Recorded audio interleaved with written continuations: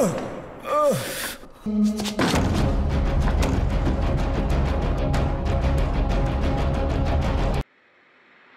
teman-teman semuanya, selamat datang kembali di channel Mr. White.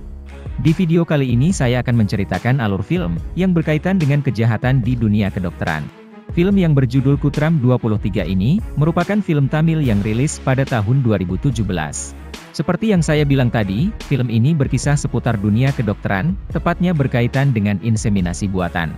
Sebenarnya inseminasi buatan itu legal, asalkan dilakukan dengan prosedur yang benar. Namun para wanita yang melakukan itu, malah ditipu mentah-mentah oleh seorang dokter. Rahim yang seharusnya dimasukkan sperma suaminya, malah dimasukkan sperma orang lain. Yang lebih parahnya lagi, para wanita itu kemudian diperas, agar hal ini tidak dibocorkan ke siapapun. Ya udah langsung aja ya, ini dia alur ceritanya. Cerita film ini dibuka oleh seorang wanita bernama Jessica, yang datang ke sebuah gereja untuk mengakui dosanya. Di gereja yang bernama Saint Thomas ini, Jessica mengakui dosanya pada pastor bernama Joseph. Selagi Jessica mengakui dosanya, di luar gereja ada sebuah mobil yang tiba-tiba datang. Singkat cerita, setelah mengakui semua dosanya, Jessica bingung kenapa Joseph tidak merespon lagi omongannya. Jessica pun terus memanggil pastor itu, dan tiba-tiba saja, dia dikejutkan dengan Joseph yang sudah menjadi mayat. Belum selesai dibuat terkejut dengan itu, tiba-tiba Jessica melihat banyak bayangan orang di dalam gereja. Merasa nyawanya dalam bahaya, Jessica kemudian lari berusaha keluar dari gereja. Namun di saat dia udah mau keluar, pintu gereja tiba-tiba saja tertutup dengan sendirinya.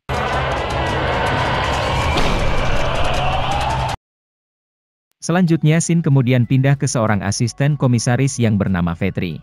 Seperti biasa sebelum berangkat kerja, Vetri bersama keluarganya melakukan sarapan bersama. Di sini mereka juga lagi merayakan sesuatu, yaitu anniversary pernikahan abangnya bernama Arafin, dan istrinya yaitu Abinaya. Semua orang tampak kelihatan bahagia, tapi ada satu orang yang tidak. Dia adalah ibunya Vetri, yang kita sebut saja namanya Gerandong. Si Gerandong ini kurang suka sama menantunya. Ini dikarenakan menantunya belum bisa ngasih keturunan, padahal udah menikah selama 6 tahun.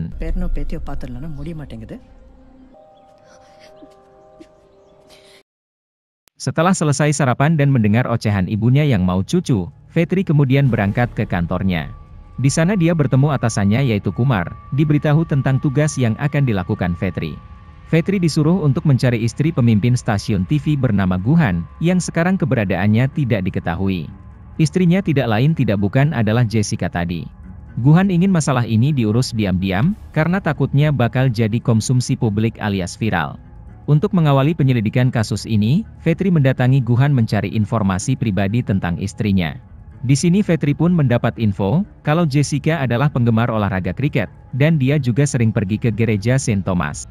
Mendengar ini, Vetri langsung teringat dengan berita kematian pastor di gereja itu. Kemungkinan, itu ada sangkut pautnya dengan hilangnya Jessica. Setelah merasa mendapat informasi yang cukup, Vetri kemudian bertemu lagi dengan Kumar. Kata Vetri, dia yakin kasus ini ada hubungannya dengan kematian pastor, karena ada beberapa hal yang sangat cocok. Mulai dari hari kejadian yang sama, dan kemudian tempatnya yang juga sama. Karena hal ini, Vetri kemudian diizinkan untuk mengambil alih kasus pastor.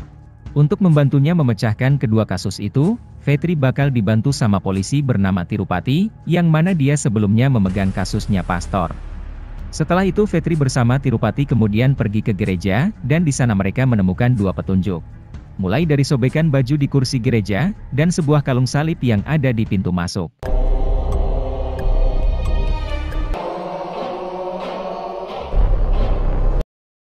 Vetri lalu bertanya ke penjaga gereja, dan katanya, Joseph hari itu datang pagi karena ada tamu khusus. Si penjaga pada hari kejadian tidak masuk, dan malam sebelumnya gerbang dibiarkan terbuka atas perintah pastor. Setelah mendapat petunjuk dan informasi itu, Vetri kemudian tanya-tanya sama seorang wanita bernama Tendral. Dia adalah orang pertama yang menemukan mayat pastor itu. Awalnya Tendral males ditanyain Vetri, karena dia udah menceritakan semuanya pada polisi lain. Tapi setelah tetangga heboh rumahnya didatangi polisi lagi, akhirnya dia mau ditanyain di kantor polisi.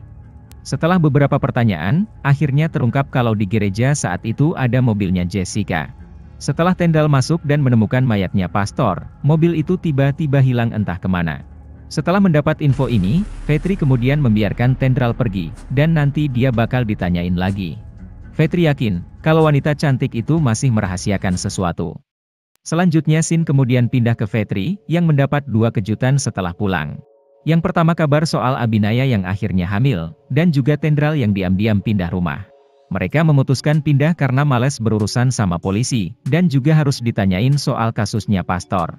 Tapi yang tidak disangka, ternyata Tendral malah pindah ke depan rumahnya Fetri, yang artinya mereka sekarang jadi tetangga.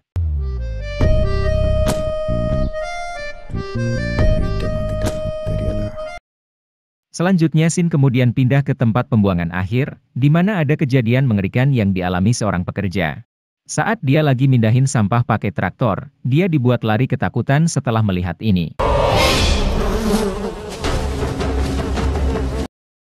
Mayat itu sendiri adalah mayatnya Jessica, yang udah beberapa hari di sana alias udah membusuk.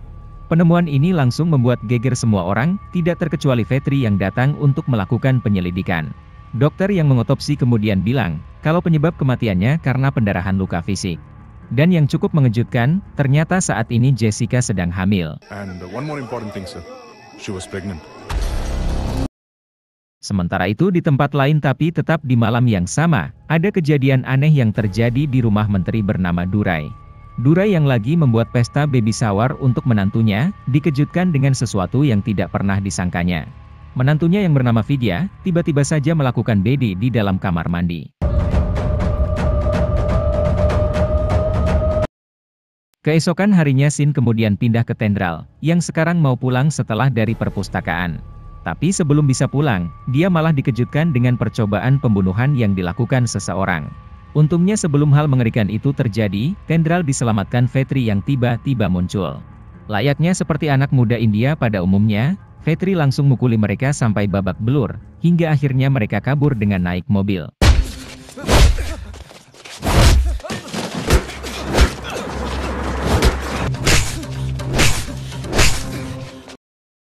Sebelum pergi jauh, Fetri sempat melihat plat mobil mereka, dan dia kemudian menelepon anggotanya untuk melacak mobil siapa itu.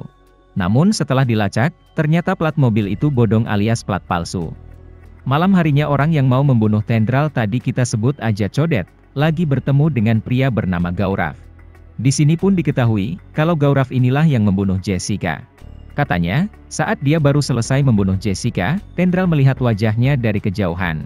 Karena takut dilaporkan ke polisi, makanya dia nyuruh Codet untuk membunuh wanita itu. Karena Codet gagal, Gaurav kemudian nyuruh dia mencari alamatnya Tendral. Sementara Gaurav ada urusan sama pria bernama John, yang namanya dia sebutin saat teleponan di sana. Keesokan harinya Fetri datang ke rumahnya Tendral, menjelaskan dia gak bermaksud buat Tendral dalam bahaya karena kasus ini. Selain itu, Fetri ternyata punya niat lain datang ke sana. Dia diam-diam suka sama Tendral, dan berjanji di depan ayahnya bakal menikahi dia. Tendral yang sebenarnya juga suka sama abang-abang yang satu itu, akhirnya sadar kalau niatnya Fetri sebenarnya baik. Dia pun kemudian ngomong jujur, kalau ada informasi lain yang masih disembunyikan. Sebenarnya saat dia datang ke gereja, ada mobil hitam lain yang berisi 4 pria mencurigakan. Di sini Tendral mau mengungkapkan itu karena udah percaya sama Fetri, dan singkat cerita mereka kemudian pacaran.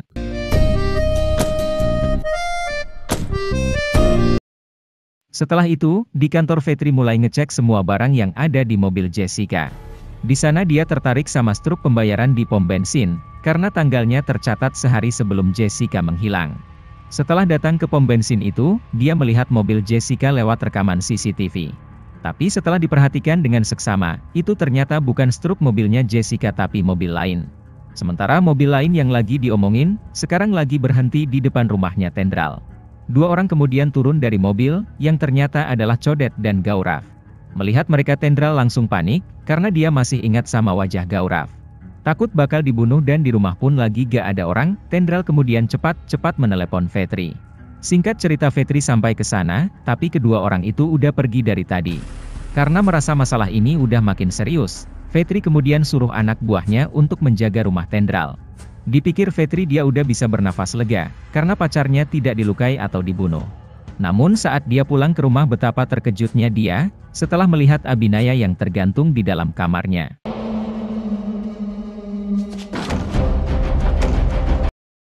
Setelah diinvestigasi, kata polisi Abinaya murni melakukan BD, karena tidak ada barang hilang atau rumah yang dibobol maling. Sementara di dalam rumah, ibunya Abinaya terus nyalahin keluarganya Arafin. Dia yakin anaknya BD, karena stres diminta punya anak terus. Ditambah lagi Abinaya yang meminta uang pada ayahnya, yang jumlahnya sangat banyak yaitu 100 juta. Mendengar itu Fetri langsung kebingungan, karena untuk apa Abinaya butuh uang sebanyak itu. Ditambah lagi Tendral yang ngasih tahu sesuatu, yang kemudian membuat Fetri marah bahkan sampai menamparnya. Katanya, saat dia memposting foto keluarga Fetri di Facebook, ada temannya yang seorang dokter kandungan melihat itu. Dokter yang bernama Reka itu, bilang kalau Arafin sama Abinaya pernah berobat di kliniknya. Hasilnya, mereka sampai kapanpun tidak akan pernah mempunyai anak, karena Arafin tidak subur alias mandul. Jadi kalau sekarang Abinaya bisa hamil, itu pasti bukan anaknya Arafin melainkan anak orang lain. Besoknya Fetri yang masih syok atas kematian Abinaya, datang ke kantor sembari diberikan hasil otopsi jasadnya Abinaya. Saat membaca hasil itu, Fetri melihat sesuatu yang cukup menyita perhatiannya, yaitu ada obat tertentu di dalam tubuhnya Abinaya.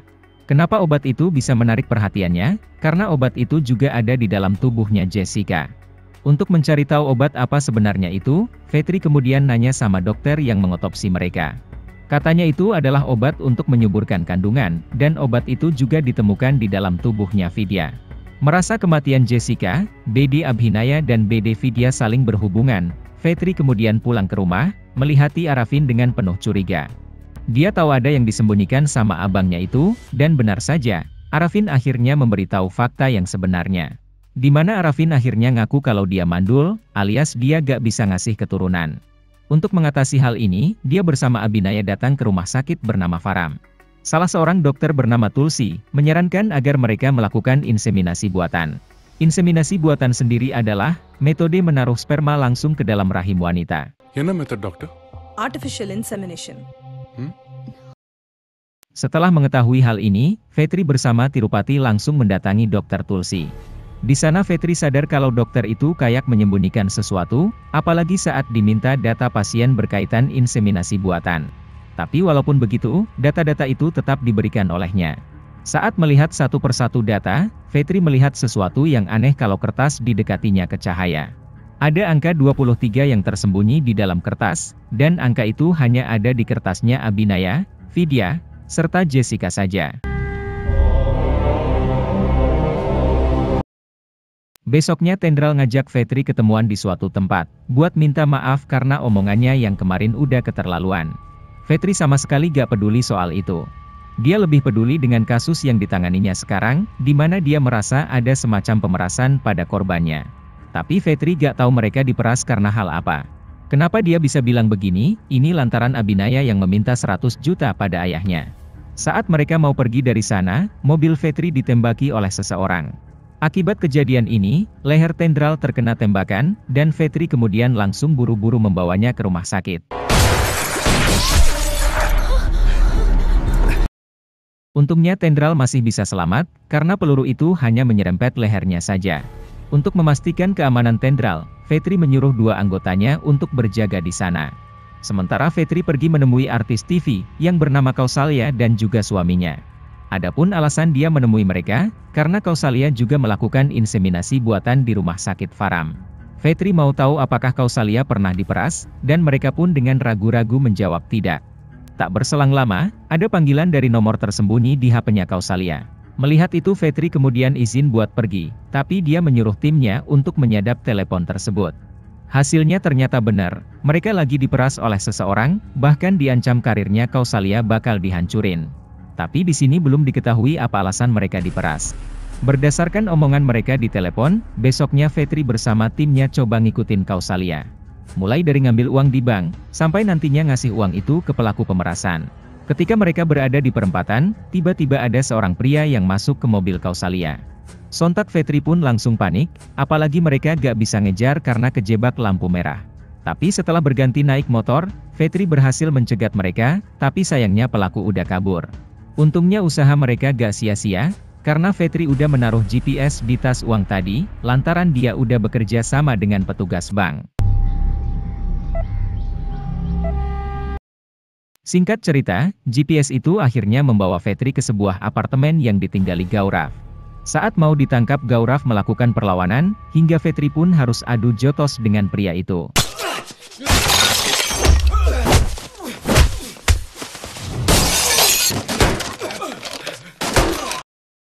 Setelah melakukan duel yang cukup sengit, bahkan barang-barang sampai hancur, Vetri akhirnya menangkap Gaurav dan langsung menginterogasinya.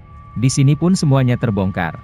Mulai dari apa yang terjadi sama Jessica, lalu Vidya yang melakukan BD, kemudian yang terjadi sama Abhinaya, dan bahkan diketahui juga apa yang terjadi sama Pastor Joseph. Saya akan jelaskan satu persatu, yang dimulai dari Jessica dulu. Jessica yang sangat menyukai olahraga kriket, ngefans berat sama salah satu pemain kriket bernama Vinod. Saking ngefansnya, dia sangat terobsesi untuk memiliki anak seperti Vinod. Untuk mewujudkan obsesi gila itu, dia kemudian membeli sperma Vinod di bank sperma rumah sakit Faram. Karena dia melakukan itu tanpa diketahui suaminya, dia pun langsung merasa bersalah. Merasa udah melakukan dosa besar, dia kemudian mengakui dosa itu ke Pastor Joseph. Gaurav yang tahu mengenai ini, kemudian nekat membunuh Jessica dan Pastor, agar persoalan itu tidak bocor ke siapapun. Lalu mengenai menantu menteri yang BD, dia mengatakan kalau si menteri telah melakukan sesuatu yang sangat menjijikan. Tahu anaknya mandul dan tidak bisa menghamili istrinya, si menteri menyuruh rumah sakit untuk menyuntikkan spermanya ke rahimnya Vidya.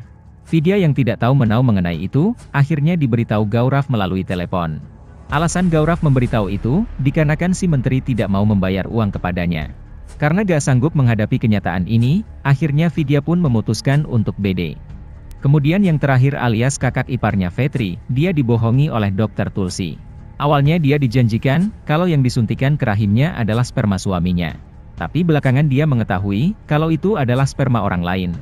Agar hal ini tidak diketahui keluarga Vetri, Abhinaya disuruh membayar uang 100 juta tadi. Setelah dapat ancaman dan tertekan lahir batin, Abhinaya kemudian berniat untuk mengaborsi bayinya.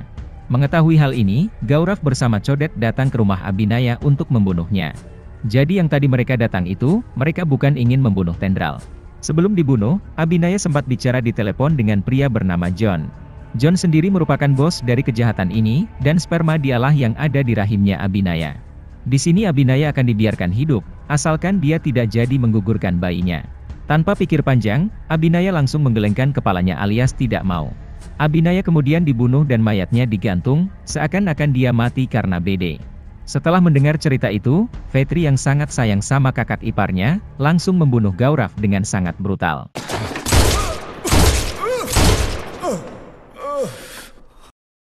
Setelah itu Vetri kemudian dapat kabar dari seorang dokter, yang memeriksa 3 janin yang dikandung sama Jessica, Vidya, dan juga Abhinaya.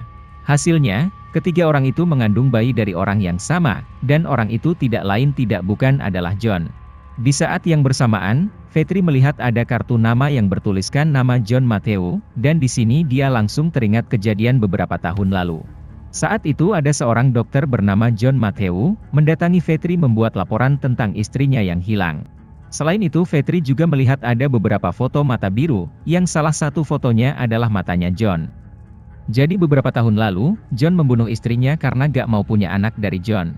Istrinya yang tahu kalau John sering melakukan inseminasi buatan ilegal di tempatnya kerja, minta John mencarikan sperma pria lain untuk dikandung. Dia gak mau anaknya nanti kayak John, yang dirasa istrinya adalah suami tidak berguna. John yang sakit hati mendengar itu, kemudian membunuh istrinya dengan cara menghantam kepalanya ke meja. Setelah kejadian itu, John mulai mengganti sperma suami pasiennya dengan sperma dirinya. Dia ingin semua pasien mengandung anaknya, dan beberapa dari mereka juga ada yang diperas. Ini dilakukan untuk diberikan pada teman-temannya, yang salah satunya adalah Gaurav. Setelah itu Sin kemudian pindah ke rumah sakit Faram, di mana John lagi disidang sama Tulsi dan juga suaminya. Di sini mereka sadar, inseminasi buatan ilegal atau disebut Operasi 23, sudah disabotase sama John alias karyawan mereka sendiri.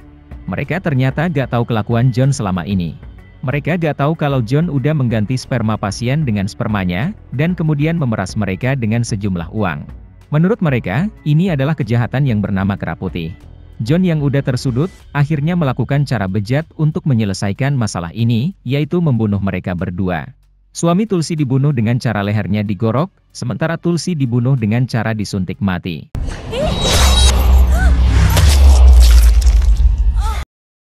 Setelah membunuh mereka, John kemudian pergi, dan tak lama kemudian Vetri datang ke rumah sakit itu.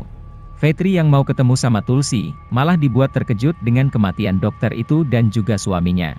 Tak berselang lama John tiba-tiba nelpon, mengancam akan membunuh Tendral jika Vetri masih mengejarnya. Sebelum nutup telepon, John bilang angka 23, dan ini pun membuat Vetri panik. Vetri yang takut Tendral bakal dibunuh, kemudian tidak sengaja melihat map rumah sakit. Di situ dia melihat area basement, yang di atasnya tertulis angka 23. Sadar kalau itu adalah kode, Vetri kemudian pergi ke sana, dan benar saja, di sana dia melihat Tendral ada di dalam mobil yang mau dibakar. Di saat dia mau menyelamatkan Tendral, tiba-tiba ada mobil yang mau menabraknya. Untungnya dia masih bisa selamat, bersama dengan Tendral yang juga bisa diselamatkan. Gak selesai sampai di situ, Vetri harus menghadapi Codet dan dua orang temannya. Seperti biasa Vetri dengan mantapnya memukuli mereka, dan di saat dia pikir udah menang, tiba-tiba John menyuntikkan sesuatu ke lehernya.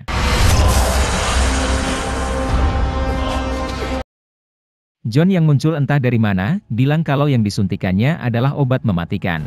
Itu perlahan akan menyerang sistem pernafasan Vetri, dan tak lama setelahnya Vetri bakal mati. Vetri yang gak peduli dengan itu, kemudian langsung menyerang John, hingga akhirnya mereka berduel di taman rumah sakit. Kalau dari tadi Vetri menang saat berduel, kali ini dia kelelahan, karena efek obat tadi udah mulai bekerja. Melihat Vetri yang bentar lagi bakal mati, John menjelaskan apa maksud dia membunuh Abinaya. John tidak peduli dengan persoalan uang, karena itu hanya untuk temennya aja. Dia lebih peduli nyebarin keturunannya ke banyak perempuan, karena itu semacam ikatan emosional. Di saat Abinaya mutusin untuk mengaborsi bayinya, John kemudian marah, dan tanpa pikir panjang langsung membunuhnya. Di saat John lagi bicara itu, Vetri kemudian manfaatin kesempatan buat nyerang dia. Di saat John udah dibuat jatuh, ada suntikan cadangan yang juga ikutan jatuh. Vetri langsung menyuntikkan itu ke dadanya John, dan tak lama mereka berdua jatuh tidak sadarkan diri.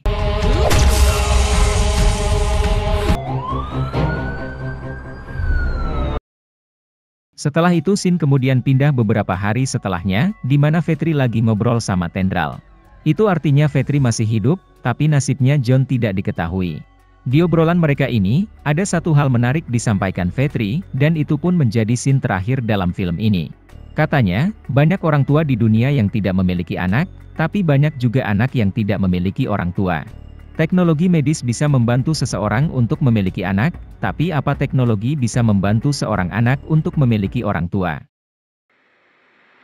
Jadi itulah alur cerita film Kutram 23, yang berkisah tentang kejahatan seorang dokter, yang memanfaatkan teknologi bernama inseminasi buatan. Kalau ada pertanyaan seputar film ini, kalian bisa tulis di kolom komentar. Kalian juga bisa request film, yang nantinya akan saya ceritakan untuk kalian. Oke teman-teman, sampai di sini dulu videonya, dan sampai jumpa lagi di video-video selanjutnya. Terima kasih sudah menonton.